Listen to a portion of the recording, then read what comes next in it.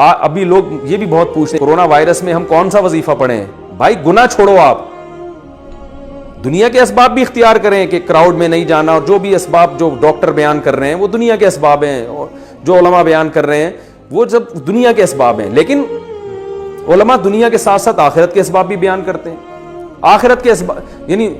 Corona virus کے جو دینی اسباب ہیں وہ کیا ہیں؟ رسول اللہ صلی اللہ علیہ وسلم نے فرمایا جب کسی قوم میں بے حیائی آتی ہے تو ایسی ایسی وبائیں آئیں گی کہ تمہارے باپ دادا نے کبھی سنی بھی نہیں ہوگی۔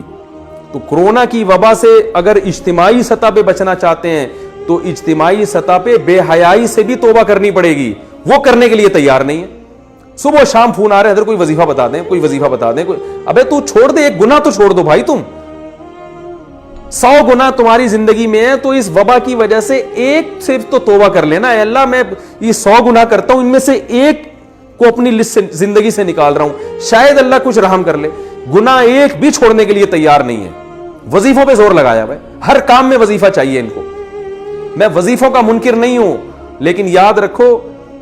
کہ جو چیز جس چیز کا سبب ہوتی ہے نا، اس سبب کو ہٹانا پڑے گا آپ کو۔ جب تک وہ سبب زندگی سے دور نہیں کرو گے وہ مصیبت نہیں ٹل سکتی،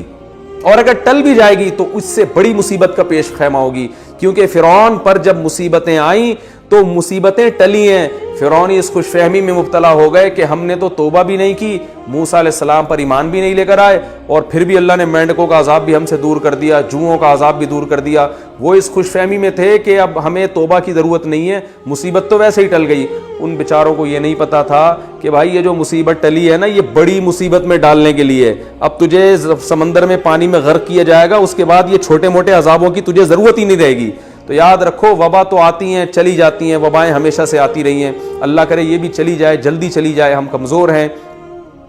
ہم اللہ کی سزا کا